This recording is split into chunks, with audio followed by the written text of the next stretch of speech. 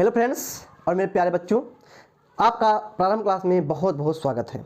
मेरा क्लास है, संस्था है, कोचिंग है प्रारंभ क्लास। तो जाहिर सी बात है आज से हम शुरू कर रहे हैं प्रारंभ क्लास का प्रारंभ, अर्थात एकेडमिक कक्षाओं का प्रारंभ हम कर रहे हैं। तो एकेडमिक कक्षाओं के प्रारंभ में जो सबसे इंपॉर्टेंट पढ़ा जाता है वो एनसीईआरटी। एनसीईआरटी बहुत ही इंपॉर्टेंट है, चाहे कोई भी विषय हो, अगर एनसीईआरटी हम नहीं पढ़े हैं तो ये माना जाता है कि आपका आधार कमजोर है। और क्योंकि आधार को बनाने के लिए, आधार को मजबूत करने के लिए, ताकि उस पर बिल्डिंग अच्छी से खड़ी हो, हमको एनसीईआरटी पढ़ना बहुत जरूरी होता है। तो उसी की कड़ी में एनसीईआरटी में आज से कक्षा 6 की एनसीईआरटी, जिसमें हमने लिखा है एनसीईआरटी विज्ञान, कहने मतलब है विज्ञान शुरू करेंगे। हम आपको प्रत्येक विषय का एनसीईआरटी पढ़ाएंगे, चाहे विज्ञान हुआ, चाहे सामाजिक विज्ञान हुआ, भूगोल हुआ। साथ ही साथ में आपको अंग्रेजी में ग्रामर भी पढ़ाऊंगा कि अंग्रेजी का ग्रामर किस प्रकार से हमें पढ़ा जाता है। तो बिल्कुल आसान तरीके से, बेसिक कॉन्सेप्ट तरीके से हम आपको फर्स्ट लेकर के अर्थ की तरफ ले चलेंगे। कहने का मतलब 6 की एनसीईआरटी, 7, 8, 9, 10, 11, 12 सब की एनसीईआरटी आपको मैं, सभी विषय की एनसीईआरटी आपको मैं पढ़ाऊंगा। क्योंकि देखा गया है कि हम अगर प्रतियोगी परीक्षाओं में जाते हैं तब भी हमको एनसीईआरटी पढ़ना पड़ता है, क्योंकि एनसीईआरटी से ज़्यादा क्वेश्चन आते हैं। और आजकल चाहे यूपी बोर्ड हुआ, चाहे सीबीएसई बोर्ड हुआ, कोई भी बोर्ड हुआ, उसमें एनसीईआरटी का बहुत बड़ा योगदान है। क्योंकि जानते हैं आप लोग कि एनसीईआरटी लागू कर दी गई है। तो हम देर न करते हुए शुरू करते हैं कि एनसीईआरटी पहले कक्षा 6, 7 आपको प्रत्येक शाम को एक क्लास एनसीईआरटी विज्ञान का मिलेगा। तो मार्च महीने के अंत तक हम कक्षा 6 और 7 की एनसीईआरटी खत्म करने की पढ़ा करके, एक जान लीजिए कक्षा 6 व 7 की एनसीईआरटी एक महीने में खत्म हो जाएगी। एक महीने में 8 की एनसीईआरटी और 9 की एनसीईआरटी मैं खत्म करने का प्रयास करूंगा, इस प्रकार से, ताकि आपको पढ़ने में एनसीईआरटी कोई प्रॉब्लम ना हो और आपका कॉन्सेप्ट क्लियर हो जाए। तो आज जो हम शुरू करेंगे, क्योंकि आज हम पहला क्लास ले रहे हैं एनसीईआरटी का, तो पहले हम ये बताना चाहते हैं कि हम कक्षा 6 की एनसीईआरटी में सिलेबस क्या है। क्योंकि जब तक हमें सिलेबस नहीं पता है, सिलेबस को नहीं जानेंगे, तो हम क्या पढ़ेंगे। जाहिर बात है कि कहीं हमको जाना होता है तो पहले हमें पता होता है कि हमें कहाँ जाना है, कैसे कैसे जाना है। तो ठीक उसी प्रकार हम सबसे पहले आज पढ़ेंगे एनसीईआरटी विज्ञान में हमें क्या क्या पढ़ना है। तो देखिए, हमने लिख दिया हाँ सूची, इसलिए हमने लिख दिया किताब की, ताकि आपकी सूची आपको पढ़ने में कोई दिक्कत, मतलब समझने में कोई प्रॉब्लम ना हो। देखिए, इसमें हमें पढ़ना क्या है बच्चों, इसमें हमें पढ़ना है, पहला टॉपिक है भोजन।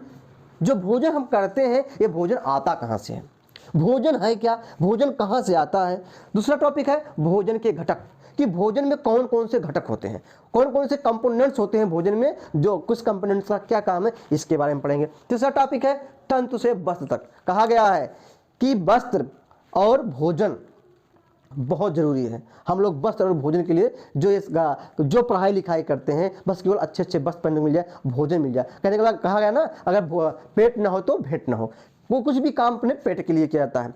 तो अब इसमें है तंतु से वस्त्र, कि जो वस्त्र हम पहने हैं, जो हम लोग वस्त्र पहनते हैं, कीमती कीमती वस्त्र, सस्ते वस्त्र जो पहनते हैं, वो कैसे बनता है, तंतु कैसे बनता है, इसके बारे में हम लोग पढ़ेंगे। चौथा हमारा जो अध्याय है वस्तुओं के समूह बनाना, कि जो वस्तु है उसका किस प्रकार समूह बनाया गया, कौन कौन से वस्तु हैं, इसके बारे में पढ़ेंगे। पांचवा है पदार्थों के पृथक्करण, कि पदार्थों का जो पृथक्करण है किस किस विधि से होती है। इसको मैं अपने परिवेश को देखते हुए आपको प्रयोग के द्वारा बताऊंगा कि पदार्थों का पृथक्करण किस प्रकार से किया जाता है, कौन कौन सी विधियां होती हैं, किस पदार्थ को किस विधि से पृथक्कृत हम करते हैं।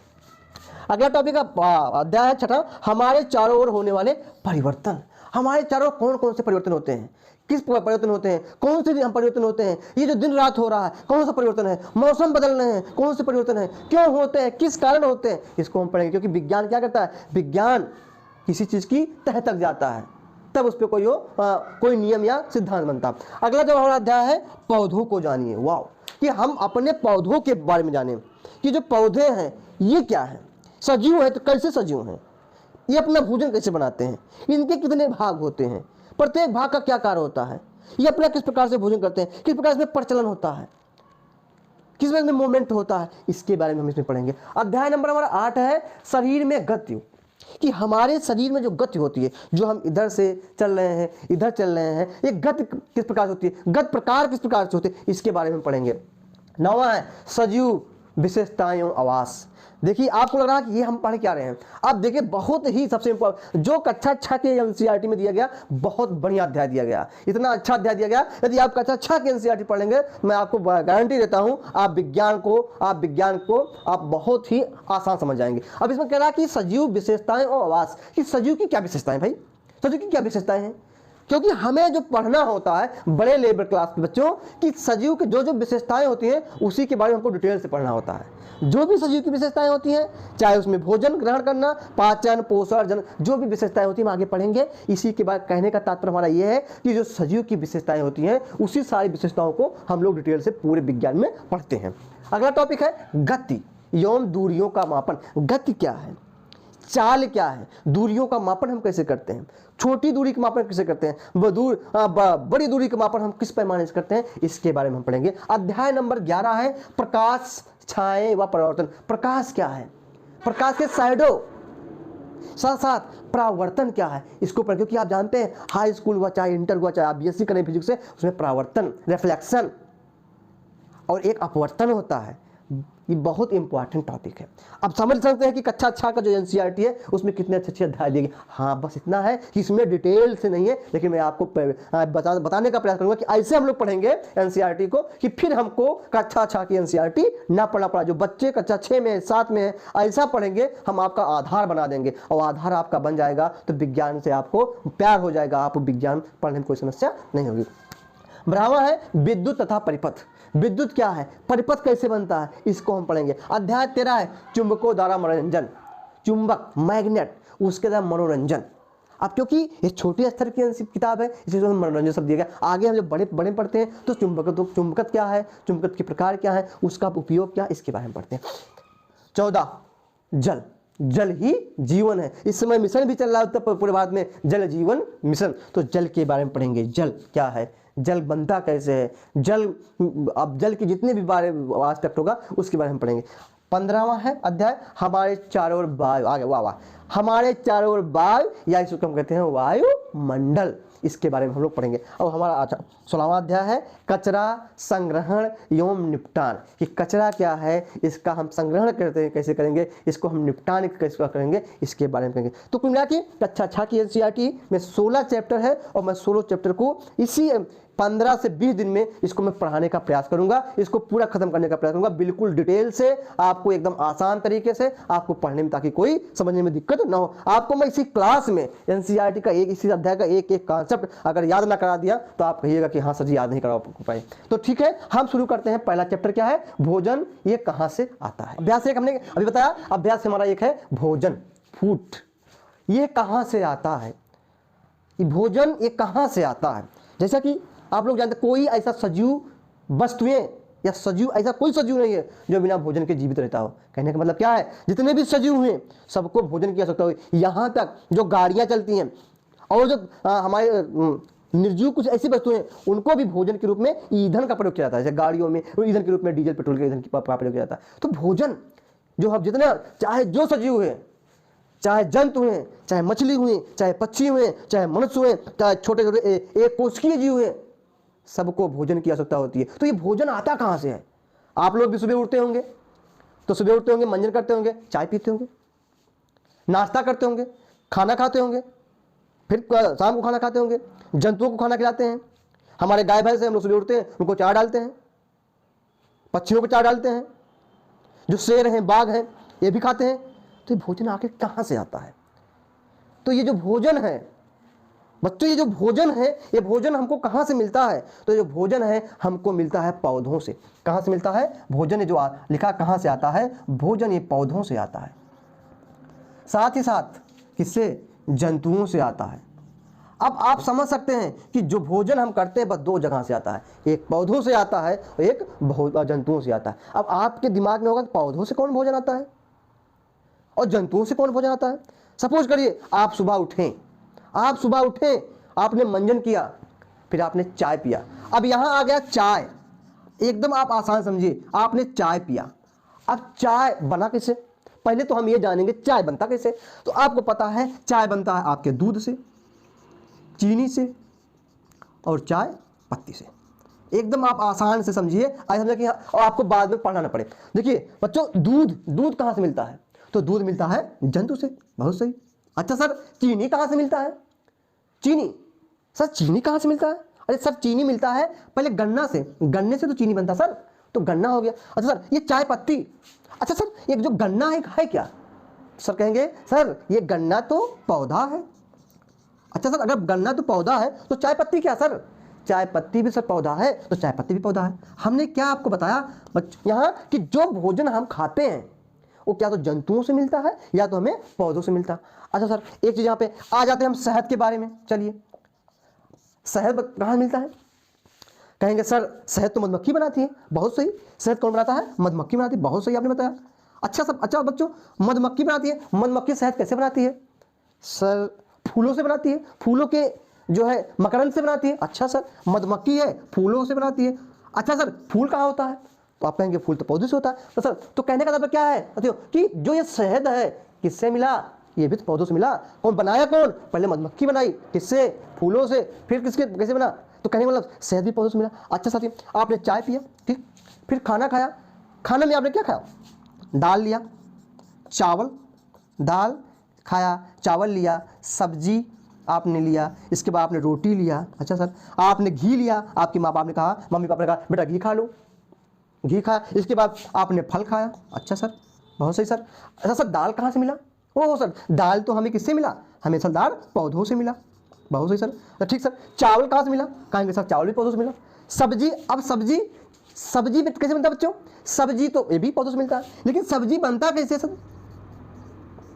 सब्जी, अब उसमें आलू है, मटर है, टमाटर है। अच्छा सर, तेल भी से तड़का दिया जाएगा। तेल कहाँ से मिला? कहेंगे तेल भी पौधों से मिला, सरसों से। अच्छा सर, मसाला, जितने मसाले हैं सर कहाँ से मिला? ये भी सर पौधों से मिला। अब सर आपने रोटी खाया, रोटी कहाँ से मिला? कहेंगे रोटी सर, रोटी कहाँ से मिलता है? अरे सर, रोटी कहाँ से नहीं मिलता, रोटी बनती कैसे है? तो आप कहेंगे अच्छा सर, रोटी बनती कैसे? आप कहेंगे सर रोटी बनती है आटे से। बहुत सही सर। आटा कहाँ से मिलता है सर? सर आटा कहाँ मिलता है? आटे को तो गेहूं को पिसाया जाता है। बहुत सही। गेहूं कहाँ से मिलता है सर? ओह, गेहूं पे क्या है? पौधा है। अच्छा सर, इसके बाद सर घी, अब घी कैसे मिलता है सर? तो घी सर दूध से मिलता है। दूध कहाँ पर मिलता है? हमें जंतुओं से मिलता है सर।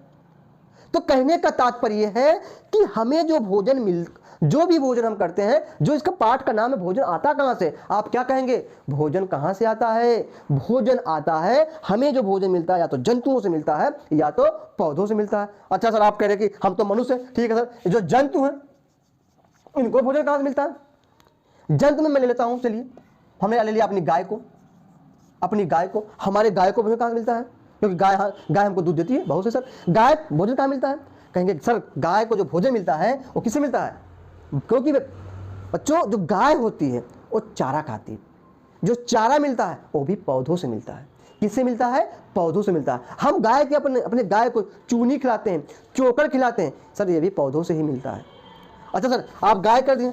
सर शेर ले लेते हैं। ओह शेर, सर शेर तो शेर तो चारा नहीं खाता, ये तो मांस खाता है। तो सर अगर ये मांस खाता है तो मांस कहाँ से मिलता है? मांस भी किससे मिलता है? जंतु से मिलता है। किससे मिलता है? जंतु से। चाहे वो बकरी खाए, चाहे हिरन खाए, चाहे वो खरगोश खाए, वो भी जंतु है ना। तो जो मैं बताने का प्रयास कर रहा हूँ कि भोजन ये कहाँ से आता है, तो इसका एक ही उत्तर है कि भोजन या तो हमें जंतुओं से मिलता है या तो हमें पौधों से मिलता है। और हम जो अपने भोजन के रूप में प्रयोग करते हैं तो हम जंतुओं से भी प्राप्त भोजन को प्रयोग करते हैं और पौधों से प्राप्त भोजन प्रयोग करते हैं। अब जैसे मान लीजिए जलेबी खाने के पहुंच गए आप। बहुत सही सर, जलेबी। अब ये हुआ कि जलेबी सर बना कैसे? तो सर हम जलेबी तो बनाते नहीं हैं। देखिए, जलेबी सर बनता है मैदा से। मैदा प्राप्त होता है हमको गेहूं से। बहुत सही सर। और क्या सर? चीनी मिलता है हमको गन्ने से। सर इसमें घी है या रिफाइंड है, ये किससे मिलता है? ये भी मिलता है हमको सोयाबीन से। सोयाबीन सर क्या है? सोयाबीन, मूंगफली, पाम ऑयल, ये सब भी क्या है? ये सब क्या है सर? ये सब पौधे हैं। ये सब क्या सर? ये सब पौधे हैं। तो कहने का तात्पर्य क्या है बच्चों? पहले पार्ट में यही दिया गया है आपके कक्षा 6 की एनसीईआरटी में। पहला पार्ट यही कहता है विज्ञान का, ये जो भोजन है, क्योंकि हम भोजन से शुरू करेंगे और कहां तक जाएंगे? कचड़े तक जाएंगे। भोजन से हम शुरू करेंगे, कहां पहुंचेंगे? आखिरी पार्ट पे, कचड़े पे। तो भोजन हमको मिलता कहां है? या तो भोजन हमें जंतुओं से मिलता है या तो भोजन हम पौधों से मिलता है। इसके अलावा आप बता दीजिए कि क्या इसके अलावा जो भी हम प्रयोग करते हैं, क्या उसके अलावा हमें कहीं से भोजन मिलता है? जो भी हम अपने दिनचर्या में सुबह से शाम तक खाते हैं, पीते हैं, जल को छोड़कर, तो हमें या तो जंतुओं से मिलता है या तो पौधों से मिलता है। आप लोग ऐसे इडली जानते हैं? इडली लिखता हूँ। ये जो इडली है ये कहाँ से हमको मिलता है साथियों? इडली। इडली क्या है? तो जो इडली बनता कैसे है? इडली बनता है किससे? चावल के आटे से मूंग के दाल को पीस के इडली बनाया जाता है। आपको है क्या सर? ये भी सब पौधा है। तो कहने का तात्पर्य ये है प्रिय कि जो भोजन है या तो हमें जंतुओं से मिलता है या तो हमें पौधों से मिलता है। इसी पर में जो भोजन के आधार पर जंतुओं को 3 वर्गों में बांटा गया है, इसको यहाँ थोड़ा सा आप लोग देख लीजिए। आगे इसको हमें पढ़ना है लेकिन देख लीजिए क्या क्या है साथियों। एक होता है शाकाहारी, दूसरा होता है मांसाहारी और तीसरा हमारा है सर्वाहारी। क्या है? सर्वाहारी। अब शाकाहारी क्या होगा आप लोग जानते हैं, जानिए। ऐसे जंतु जो केवल शाक सब्जी अर्थात बच्चों इस पे पौधों पे आश्रित होते हैं। मैं फिर वही आ गया हूं। ऐसे जंतु जो केवल पेड़ पौधों पे आश्रित होते हैं, ऐसे जंतुओं को शाकाहारी जंतु कहा जाता है। जैसे गाय, आपकी गाय हो गई, बकरी, हिरन, नीलगाय, भैंस, ये सभी क्या है? शाकाहारी हैं। अब आपके दिमाग में सर गाय तो चोकर खाती है, रोटी भी खाती है, चावल भी खा लेती है, कभी कभी सब्जी खा लेती है। बिल्कुल खा लेगी। सब्जी भी पौधा है, रोटी भी पौधे से मिला है। कभी आप में हो तो उसको मछली खिला के दिखाओ, बस उसके केवल हौदे में मछली का अंश डाल दो, पूरा हौदे का वो चार नहीं खाएगी, क्योंकि उसके अंदर मांस पचने की कोई भी एंजाइम है ही नहीं है, इसलिए मांस वो पचा नहीं सकती है। अब अगला आता है मांसाहारी। ये क्या सर? ऐसे जंतु जो मांस का भक्षण करते हैं, केवल मांस खाते हैं, ऐसे जंतुओं को क्या कहा जाता है? मांसाहारी कहा जाता है। जैसे आपका क्या हो गया? शेर, चीता, बाघ, क्या है? मांसाहारी। तिनी इनको खिला के दिखाओ, क्या बरसिंग खिला के दिखाओ, इनको नहीं खाएंगे, क्योंकि उनके शरीर में बनावट ही उसकी नहीं है, ना उनके शरीर में उसको पाचन करने का कोई एंजाइम है। शाकाहारी जंतु में रूमेन है, वो पचा देता है, इनमें नहीं वो एंजाइम है, नहीं पचा पाएगा। हम लोग खाएंगे घास भूसा नहीं पचा पाएंगे, क्योंकि हमारे शरीर में सेलुलोज को पाचन करने का कोई एंजाइम नहीं है। इसके बाद एक है सर्वाहारी। सर्वाहारी ऐसे जंतु, हम जंतु भी तो हमें हैं जो शाक सब्जियों को भी खाते हैं, मांस को भी खाते हैं, ऐसे जंतुओं को हम सर्वाहारी जंतु कहते हैं। जैसे मनुष्य हम अपने आप ले लेते हैं। अब कुछ लोग सोचते हैं सर हम तो नहीं मांस खाते, हम तो भगत हैं। तो नहीं खाते, लेकिन आप मनुष्य जात के हो। जाति 2 है, मनुष्य, जंतु। तो हम मनुष्य जात में हैं, तो हम मनुष्य जात में हैं तो हम सर्वाहारी हुए। हम क्या खाते हैं? हम शाक सब्जी भी खाते हैं, हम मांस भी खाते हैं। कुत्ता को ले लीजिए, बिल्ली को ले लीजिए, कौवे को ले लीजिए, सियार को ले लीजिए, ये सब मांस सर्वाहारी हैं, शाक सब्जी भी खाते हैं, मांस मछली खाते हैं। तो कहने का मतलब, जो मेरे समझाने का तो मतलब था कि ये जो भोजन है, भोजन हमें मिलता कहाँ से है? तो भोजन हमें या तो पौधों से मिलता है या तो जंतुओं से मिलता है। तो आज के अध्याय में आपको यही पढ़ना था, भोजन हमें मिलता कहाँ से। आई होप दैट आपको समझ में आ गया होगा कि भोजन हमें कहाँ से मिलता है। अब आगे हम पढ़ेंगे कि भोजन किसे कहते हैं। अगला जो पाठ है कि भोजन के घटक, पहले हम पढ़ेंगे भोजन किसे कहते हैं। आप कह दो कि सर दाल चावल रोटी, ये भोजन थोड़ी है।